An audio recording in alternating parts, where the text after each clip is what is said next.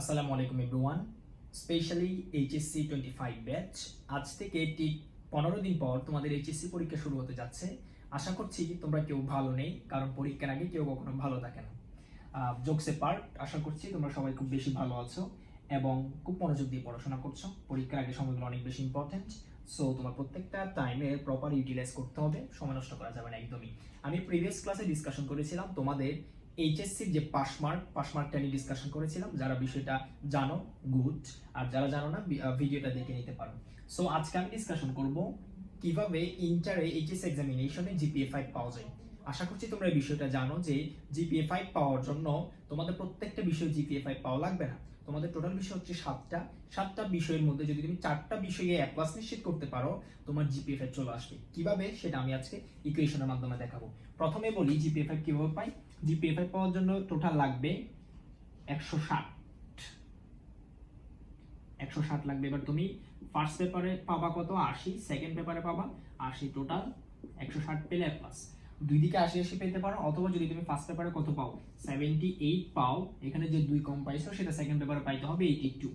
Calculation total দুই পত্র মিলে 160 পেলে এ প্লাস। এভাবে এ প্লাসটা হিসাব করে। এবার কিভাবে 4টা বিষয়ে প্লাস পেলে জিপিএ 5 আসবে আমরা একটু দেখব। প্রথমে যদি বাংলা, আমরা অনেকে মনে করি বাংলা অনেক সহজ, তাই না? বাংলা মোটেও সহজ না। তুমি যখন অ্যাডমিশনে যাবা, বাংলা সেকেন্ড পেপার পড়লে বুঝবা তুমি বাংলা ঠিক কতটা কঠিন।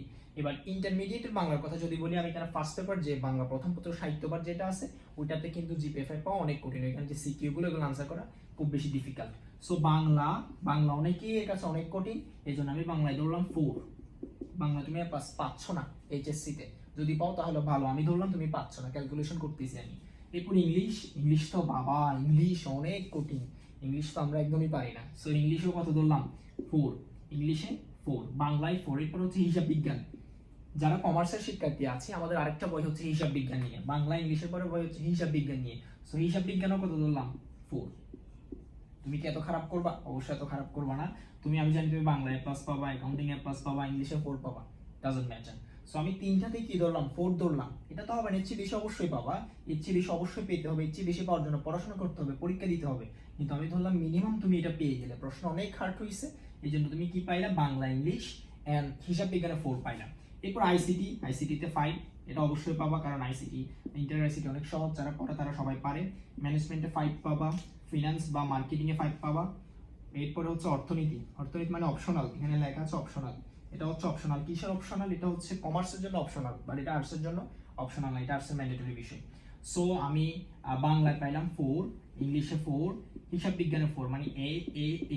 এরপর আইসিটি, ম্যানেজমেন্ট, ফিনান্সে পাইলাম এ প্লাস পাওয়ার কারণে এখানে 5 অ্যাড হয়েছে, আর এখানে পাওয়ার কারণে 4 অ্যাড হয়েছে। এরপরে অপশনাল, যেহেতু অপশনাল বিষয়, অপশনালে এ প্লাস পেলেও 5 অ্যাড হবে না, অপশনালে এ প্লাস পাওয়া সত্ত্বেও 3 অ্যাড হবে। এই বিষয়টা অনেকে জানে না। অপশনালে এ প্লাস পেলেও কত অ্যাড হবে? 3 অ্যাড হবে। বা আমি যোগ করি 4 4 4, কত হইল? 12 13 14 15 20 25 30। ক্যালকুলেশন করো, সবগুলো যোগ করো, কত আসে? 30 আসে। এই যে 30 আসছে।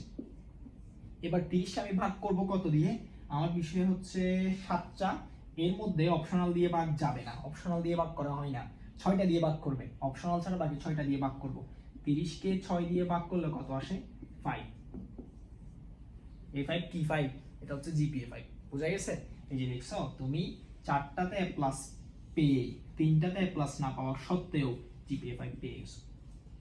এবার তোমার এখানে এটা চেঞ্জ হইতে পারে। এখন আমার কাছে মনে করি ইংরেজি কঠিন লাগে, এই জন্য আমি ইংলিশে 4 পাইলাম। সো আমার কাছে ম্যানেজমেন্ট সহজ লাগে, আমি ম্যানেজমেন্টে 5 পাইলাম। তোমার কাছে যদি ম্যানেজমেন্ট কঠিন লাগে, তাহলে তুমি ম্যানেজমেন্টে 4 পাইলা। তোমার কাছে বাংলা সহজ লাগে, তুমি বাংলায় 5 পাইলা। চেঞ্জ হোক, কিন্তু ক্যালকুলেশন টোটাল কত? 30 মিলতে হবে। টোটাল 30 মিললে তুমি এ প্লাস, টোটাল 30 মিলতে হবে, 30 মিললে এ প্লাস। এই জন্য অপশনাল বিষয়ে অনেক বেশি আমাদের ইম্পর্টেন্স দিতে হবে। যারা অপশনালে জিপিএ 5 পায়, তাদের টোটাল জিপিএটা অনেক বেশি ইনক্রিজ করে, এটা অনেক বেশি ইনক্রিজ করে। সো তোমাদের কি করতে হবে, যাদের যে বিষয়টা অপশনাল, মেবি সায়েন্সের হায়ার ম্যাথ, আর্টসের পরিসংখ্যান অথবা ইসলামিক স্টাডিজ, এক একজনের এক একটা থাকে, আমি শিওর জানি না। কমার্সের কি থাকে? অর্থনীতি থাকে। যার যেটা থাকে সেটা কি করতে হবে, খুব ভালো করে পড়ে এ প্লাস তুলতে হবে। এ প্লাস তুলতে পারলে তোমার জিপিএটা অনেক বেশি বাড়বে। কারণ কি করা হয় না, অপশনাল দিয়ে ভাগ করা হয় না, যোগ করবে, বাট কি করবে না, ডিভাইড করবে না। দ্যাটস ওয়াই তুমি ভালো একটা জিপিএ গেইন করতে পারবা।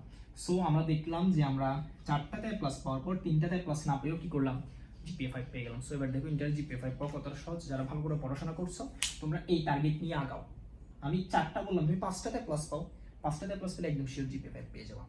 So that's all about today's equation. Thank you all. Allah Hafiz. Best of luck for your upcoming HS examination.